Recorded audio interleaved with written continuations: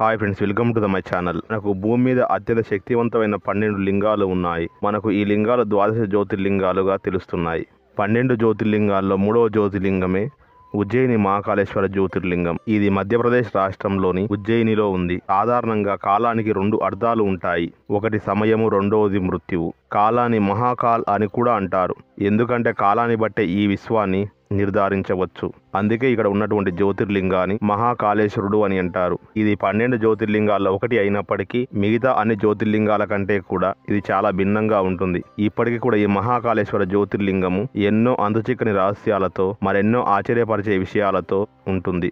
ఇక్కడ శివలింగానికి ఆ రోజే చనిపోయి దాన సంస్కారాలు జరిగిన ఒక మనిషి యొక్క చితభస్మంతో అభిషేకాన్ని నిర్వహిస్తారు. ఇక్కడ కాలభైరవుడికి మద్యాన్ని నైవేద్యంగా ఇస్తారు. ఇలా ఇక్కడ ఎన్నో ఆశ్చర్యపరిచే ఘటనలను చూడవచ్చు. ఇప్పుడు మనం ఈ వీడియో ద్వారా ఈ మహాకాళేశ్వర మందిరం యొక్క రహస్యం గురించి మరియు ఇక్కడ జరగబోయే భస్వాభిషేకం వంటి ఆశ్చర్యపరిచే విషయాల గురించి తెలుసుకుందాం. ఈ వీడియో చాలా ప్రత్యేకంగా ఉండబోతుంది. కానీ వీడియో స్టార్ట్ చేసే ముందు మీరంతా కూడా వీడియో కింద జై మహాకాళేశ్వర్ అని టైప్ చేయండి. మన ప్రాచీనమైన భారతదేశంలో ఉజ్జయిని అవంతిక లేదా అవంతి అని పిలిచేవాళ్ళు. ఇక్కడ స్వామివారు మహాకాళేశ్వరుడిగా మరియు అమ్మవారు మహాకాళిగా ఆవిర్భవించారు. ఈ ఉజ్జయిని క్షేత్రము ద్వాదశ జ్యోతిర్లింగాల్లో ఒకటిగానే కాదు, ఇది అష్టాదశ శక్తిపీఠాల్లో కూడా ఒకటి. ఇది సప్తమోక్ష నగరాల్లో కూడా ఒకటి. ఇక్కడ ఆలయంలో ఉన్న పరమేశ్వరుడు స్వయంభూగా వెలిశారు. పూర్వం రాజు చంద్రసేనుడు ఉజ్జయిని పరిపాలించేవాడు. చంద్రసేనుడు శివుని భక్తుడు. ఒకసారి ఉజ్జయిని యొక్క శత్రు రాజ్యాలు దూషణ్ అనే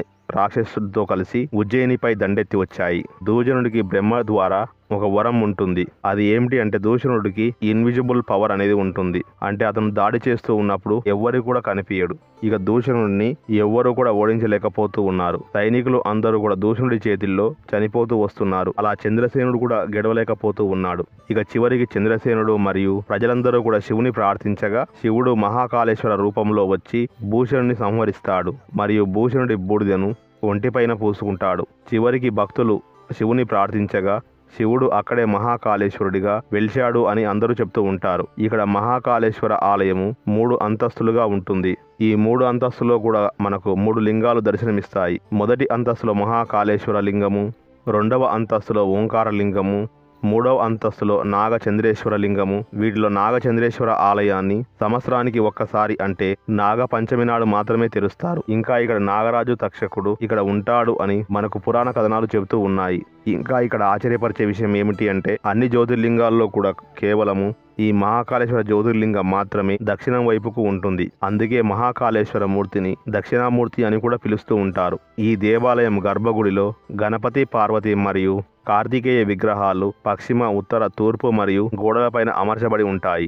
దక్షిణ భాగంలో మనం నంది విగ్రహాన్ని చూడవచ్చు. ఈ ఆలయంలో ఉన్న మరొక విశేషం ఏమిటి అంటే ఇక్కడి ప్రసాదము సాధారణంగా దేవుడికి పెట్టినటువంటి ప్రసాదము మరొక దేవుడికి పెట్టరు.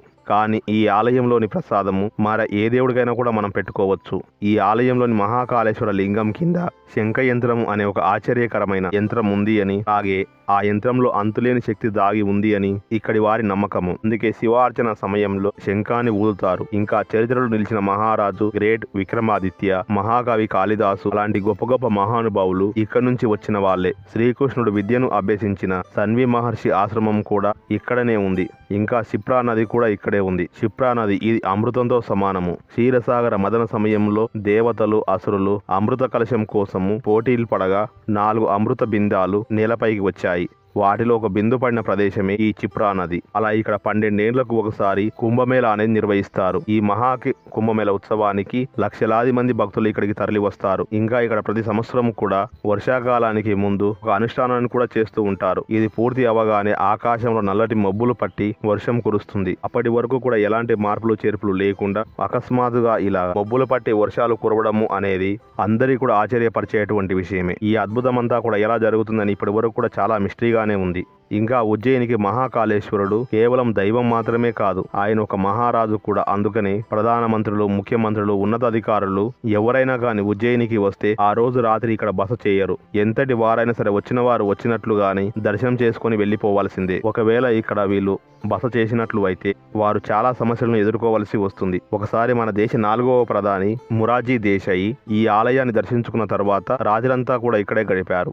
అలా మరుసటి రోజే వారి యొక్క ప్రభుత్వం అనేది పడిపోయింది. అలాగే కన్నడ ఫార్మర్ చీఫ్ మినిస్టర్ యెదూరప్ప కూడా ఉజ్జయినికి వచ్చినప్పుడు రాత్రి ఇక్కడే ఉండిపోయారు. కానీ నెక్స్ట్ 3 days లో కొన్ని కారణాల రీత్యా తన యొక్క సీఎం పోస్ట్ కు రిజైన్ చేయడం జరిగింది. కొంతమంది అయితే ఇదంతా కూడా కోఇన్సిడెన్స్ అని అంటారు. కానీ కొంతమంది మాత్రం ఉజ్జయినికి మహాకాళేశ్వరుడే రాజు అని, మరి ఆయన తప్ప కూడా ఈ ఆలయంలో ఎలాంటి రాజు మంత్రులు ఇక్కడ ఉండకూడదు అని అంటూ ఉంటారు. అలాగే ఈ ఆలయంలో ఒక విచిత్రమైన మందిరం కూడా ఉంది. అదే భస్మ మందిరము. ఇందులోని భస్మంతోనే హారతి ఇస్తారు. ఇక్కడ జరిగే భస్మహారతి కార్యక్రమము చాలా ప్రత్యేకమైనది. ఉజ్జయినిలో ఆ రోజే చనిపోయి దాన సంస్కారాలు జరిగిన హిందూ యొక్క చితాభస్మాన్ని అభిషేకం కోసం సేకరిస్తారు. ఆ రోజు రాత్రి చితాభస్మాన్ని మూటలో కట్టుకొని శ్మశానం నుంచి తెల్లవారుజామున ఒక అఘోరి బాబా మహాకాళేశ్వరుడి కోవిలోనికి తీసుకొని వస్తాడు. ఆ అఘోరి బాబా చితాభస్మాన్ని తీసుకొని వస్తూ ఉన్నప్పుడు ఎవ్వరూ కూడా చూడకూడదు అని అంటారు. ఆలయానికి సంబంధించిన 7 పూజారులు ఈ చితాభస్మంతో శివలింగానికి అభిషేకాన్ని చేస్తారు. అంటే ఆ చితాభస్మాన్ని ఒక గుడ్డముడ్డలో ఉంచి దాని నుంచి ధూళిలాగా రాలుతూ ఉన్న ఆ బూడిదతో శివుడికి అభిషేకాన్ని చేస్తారు. ఈ అభిషేకాన్ని మగవాళ్ళు దూరం నుంచి చూడవచ్చు. స్త్రీలు ఆ సమయంలో ఉంటే గంటల శబ్దాలను, మంత్రాలను వినవచ్చు. కానీ భస్మహారతి మాత్రం చూడకూడదు అని అంటారు. వెనకాల గంటలు మోగుతూ ఉన్న శబ్ద, మంత్రాలు చదువుతూ ఉన్న స్వరాలతో కలగలిసి వినిపిస్తాయి. ఆ వాతావరణం అంతా కూడా అకస్మాత్తుగా మారిపోతుంది. మనసులో ప్రతి ఒక్కరికి కూడా శివనామం మారిమోగిపోతూ ఉంటుంది. అక్కడే ఉన్న భస్మ ధూళి అక్కడంతా కూడా పరుచుకొని గర్భగుడి అంతా కూడా ధూళితో నిండిపోతుంది. గంటల శబ్దాలు, మంత్రఘోష, దిట్టంగా పరుచుకున్న భస్మ ధూళి, ఎదురుగానే పరమశివుడు, సాక్షాత్తు కైలాసంలోనే ఉన్నామా అనే అనుభూతి కలుగుతుంది. అందుకే భస్మ ఆరతి ఈ భూప్రపంచంలో మరెక్కడా కూడా ఉండదు.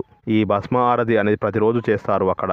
కానీ ఒకప్పుడు శ్మశానంలో ఏ శవం కూడా లేకపోవడం కారణంగా పూజారి తన యొక్క సొంత కుమారుణ్ణి బలి ఇచ్చి అతని యొక్క చితాభస్మంతో హారతి ఇచ్చాడు. అప్పుడు మహాకాళేశ్వరుడు ఎంతగానో సంతోషించి తన పుత్రునికి మళ్ళీ ప్రాణదానం చేసి ఏం చెప్పాడు అంటే, ఇప్పటి నుంచి ఆవు పేడను పిడికలుగా చేసి వాటిని కాల్చగా వచ్చిన భస్మంతో నా ఆరతి జరుగుతుంది అని చెప్పాడు. అలా అప్పటి నుంచి కూడా ఆవు పేడలను పిడికలుగా చేసి వాటిని కాల్చగా వచ్చిన భస్మంతో హారతిని ఇస్తారు. ఏది ఏమైనా కానీ ఉజ్జయిని మహాకాళేశ్వర జ్యోతిర్లింగం అద్భుతమనే చెప్పాలి.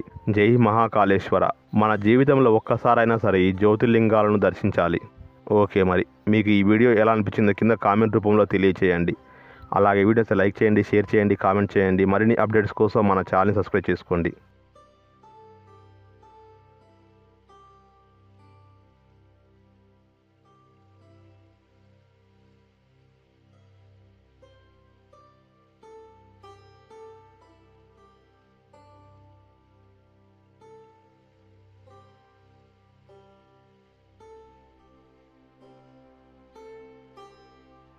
Sri Chaitanya